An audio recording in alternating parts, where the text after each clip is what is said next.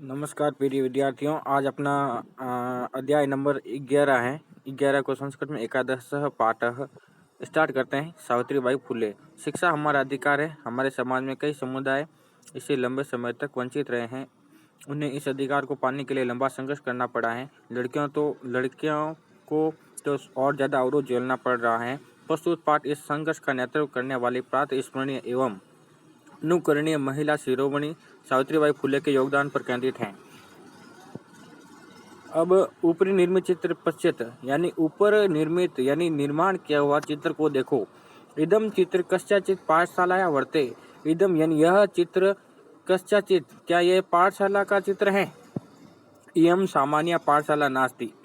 यह एक सामान्य पाठशाला तो नहीं हो सकती है। इयम अस्ति महाराष्ट्र से प्रथम कन्या पाठशाला।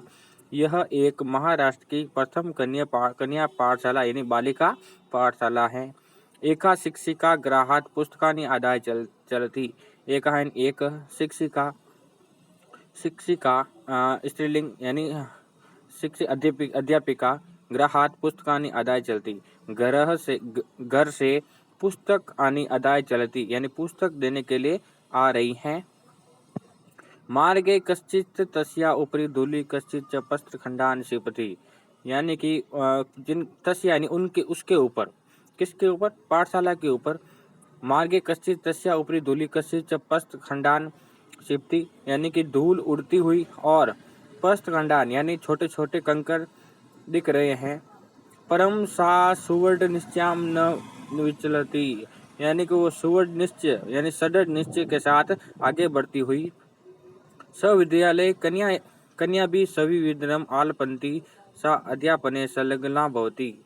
सविद्यालय यानी खुद के विद्यालय में कन्या भी ही सविनोदनम आलमपंती सा अध्यापने संलग्ना भवती और अनेक प्रकार की महिलाएं भी वहां पर आती हैं। तस्या सविकम अध्ययन अपि सह प्रचलति।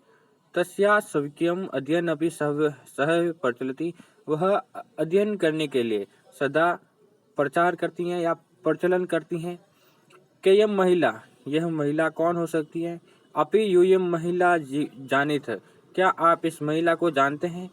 इमेव यानी यह महाराष्ट्र से प्रथम महिला शिक्षिका सावित्रीबाई फुले नाम दिया। इहमें यानी यह महाराष्ट्र की प्रथम महिला शिक्षिका सावित्रीबाई फुले नाम से जाना जाता है।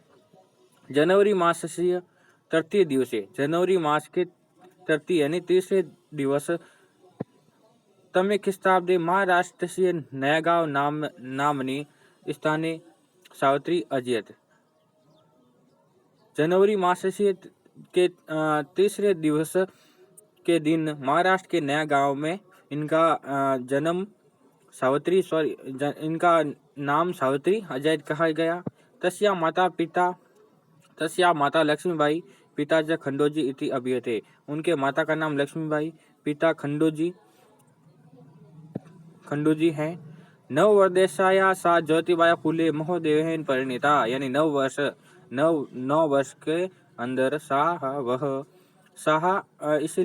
इसीलिए लगा है। सह का मतलब वह होता है और पुरुष होता है और शाह स्त्रीलिंग के लिए प्रयुक्त होता है।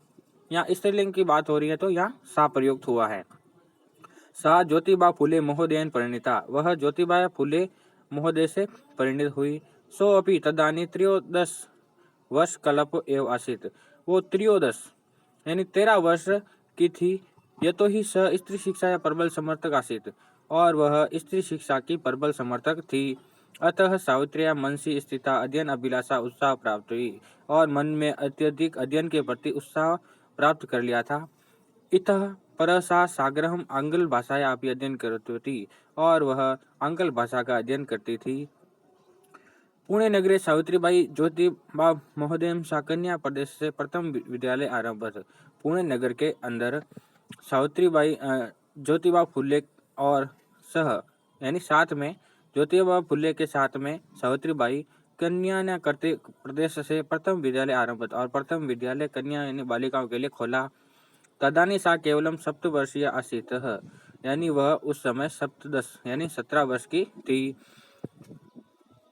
अस्पृश्यात तिरस्कर्ष्य समुदाय बालिकाना करते पृथकतया उपरः विद्यालय प्रारंभ, और अलग से बालिकाओं के लिए पृथक यानी अलग से विद्यालय की निर्माण किया। सामाजिक कुरीतानाम सावित्री मुखरम विरोधम अकरोध, और सामाजिक कुरीतियों के प्रति सावित्री का प्रमुख विरोध था। विविधानाम शिरोमुंडनस्य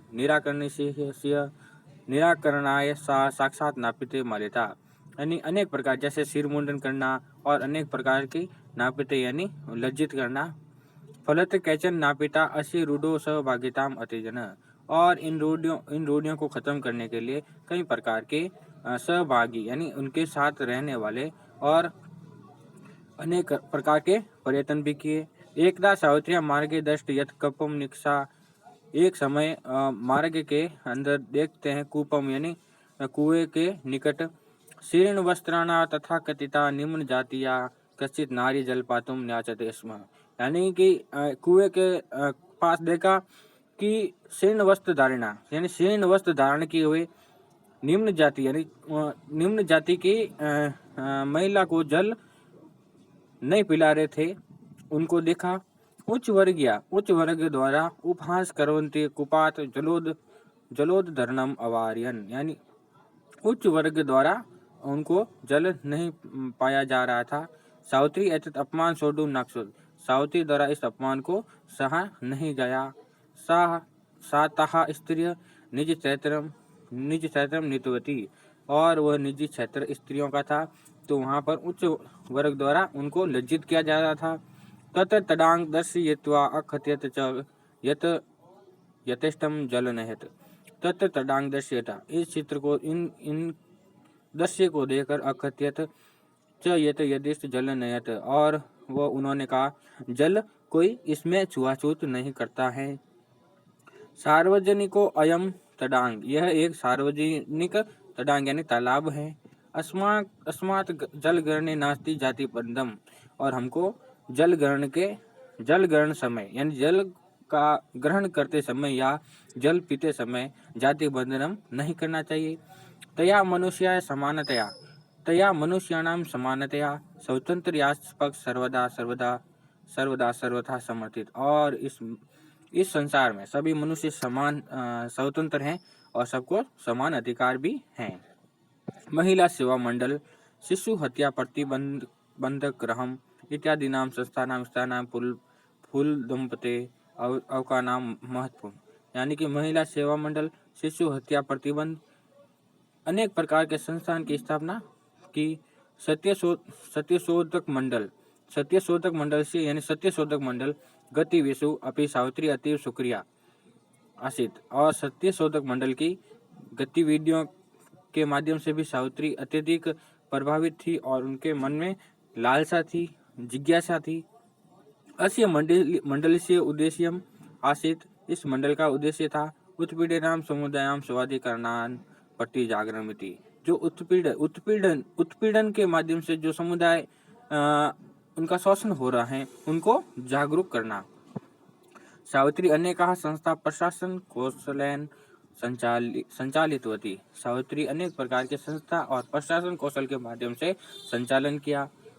दुर्भिक्ष काले प्लेग काले च सा पंडित जनानाम आश्रांत अविरंतम च सेवा करंत, यानी दुष्ट काल में बुरे काल में प्लेग और अनेक प्रकार के रोग थे, उसको पंडित जन और उनके आश्रम में जाकर वह सेवा करती थी। सहायता सामग्री व्यवस्था सर्वथा प्रयास अकरोत, और उनके लिए सहायता सामग्री और व्यवस्था करती थी।